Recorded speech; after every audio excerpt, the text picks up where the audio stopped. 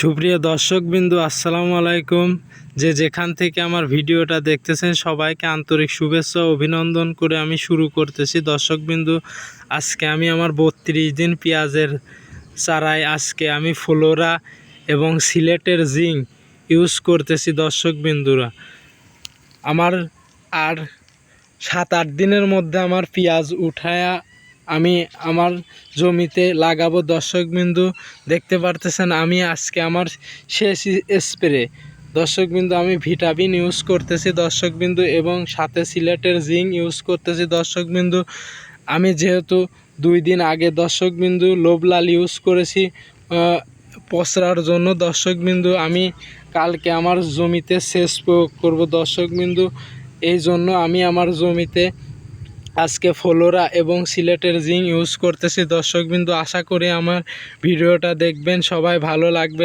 Like, comment ও সাবস্ক্রাইবের মাধ্যমে আমার পাশে থাকবেন। দর্শকবিন্দু, আমি নতুন নতুন ভিডিও দিব। দর্শকবিন্দু, আমার মতো আপনারা কে কে ফ্লোরা এবং সিলেটের জিঙ্ক ইউজ করে যদি থাকেন আমাকে লাইক এবং শেয়ার ও সাবস্ক্রাইবের মাধ্যমে জানাবেন। দর্শকবিন্দু, আমি ভুল করতেছি না ঠিক করতেছি। দর্শকবিন্দু, আমাকে সবাই জানাবেন। দর্শকবিন্দু, আমার পেঁয়াজের হালি আর যেহেতু 7-8 দিনের মধ্যে আমি লাগাবো। দর্শকবিন্দু, আমি আশা করি পুষ মাসের প্রথম দিনে আমি পেঁয়াজের হালি লাগানোর চেষ্টা করব। দর্শকবিন্দু, সবাই ভালো থাকবেন, সুস্থ থাকবেন।